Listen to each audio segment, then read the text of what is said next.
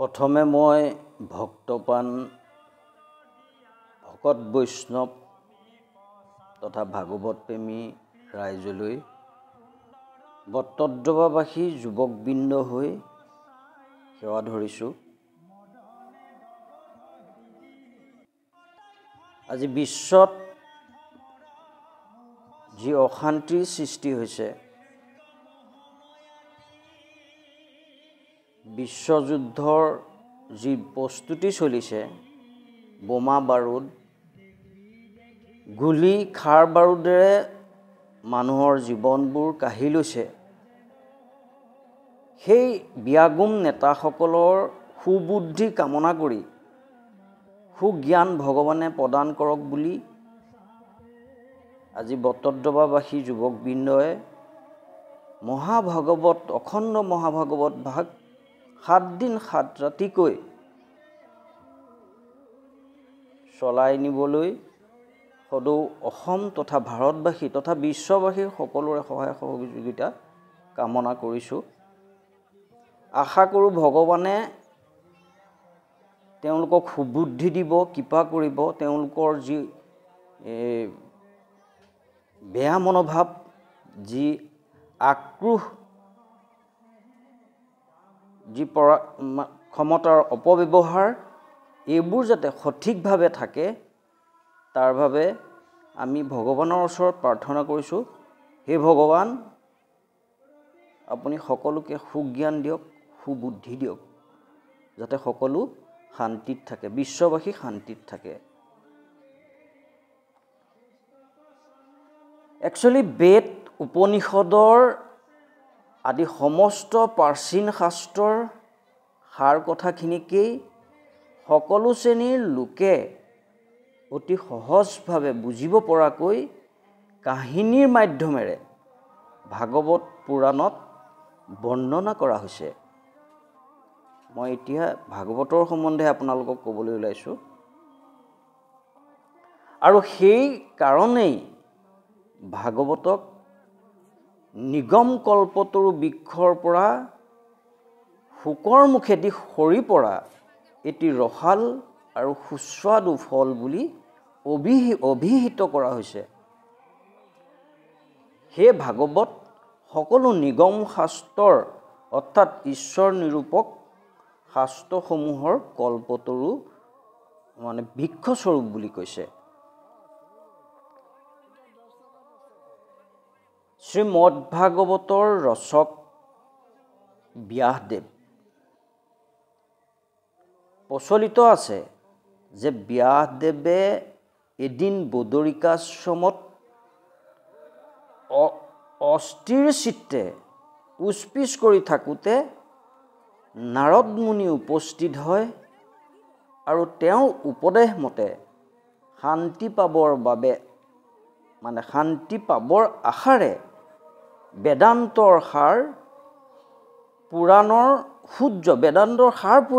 সূৰ্য শ্ৰীমদ ভাগৱত ৰচনা কৰে আৰু ইয়াক পাঠ কৰি ভগৱান প্ৰাপ্তিৰ সম্ভৱ বুলি কৈছে।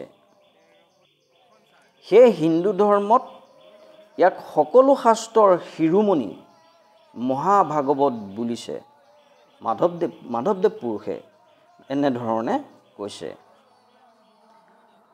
ভগৱানৰ নাম গুণ কীৰ্তন কৰোঁতে ভগৱানৰ নাম কীৰ্তন শ্ৰৱণ কৰোঁতে নামত ৰতি জন্মিলে ভগৱানৰ লগত জীৱৰ মিলন ঘটে। এই মিলন ভগৱানৰ লগত মিলি যোৱাটো কোৱা হোৱা নাই, সেৱকভাৱে জীৱে ভগৱানৰ সেৱাত নিমগ্ন থকাটোহে বুজাইছে।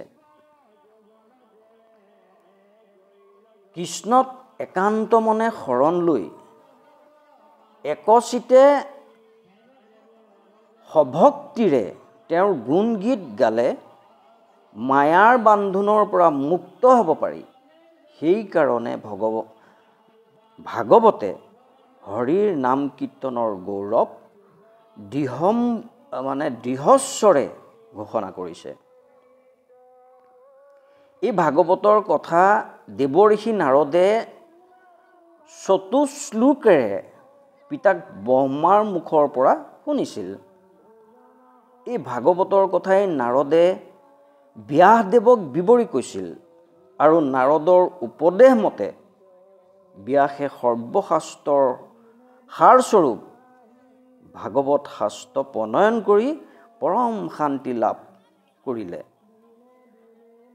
এই ভাগৱতকেই ব্যাসদেৱে পুত্ৰ শুকদেৱক পঢ়ি শুনাইছিল। শুকদেৱে সেই ভাগৱত শাস্ত্ৰ ব্ৰহ্মশাপত মুমুষ পৰীক্ষিতক শুনাইছিল আৰু তেওঁ পৰম গতি লাভ কৰিছিল। শুকদেৱে পৰীক্ষিতক ভাগৱত ধৰ্মৰ উপদেশ দি থাকোঁতে তেওঁৰ পুত্ৰ উগ্ৰশ্ৰৱা সৌতিয়েও তাত উপস্থিত থাকি একান্ত মনে সেই ভাগৱত শুনিছিল। পিছত মহাত্মা সৌতিয়ে নৈমিষাৰণ্যত শৌনক আদি ঋষিসকলৰ আগত সেই ভাগৱত কীৰ্তন কৰিছিল আৰু তাৰ পৰাই এই ভাগৱত শাস্ত্ৰভাগ জগতত বিয়পি পৰিছিল। 12টা স্কন্ধত বিভক্ত ভাগৱত পুৰাণত মুঠতে প্ৰায় 335টা অধ্যায় আৰু 18,000 শ্লোক আছে। ইয়াৰ প্ৰথমৰ স্কন্ধবোৰত শ্ৰীকৃষ্ণৰ বিভিন্ন অৱতাৰবোৰ বৰ্ণনা কৰা হৈছে, কিন্তু দশম স্কন্ধটোত পূৰ্ণব্ৰহ্ম শ্ৰীকৃষ্ণৰ বিচিত্ৰ মনোৰম লীলা মহাত্মাৰ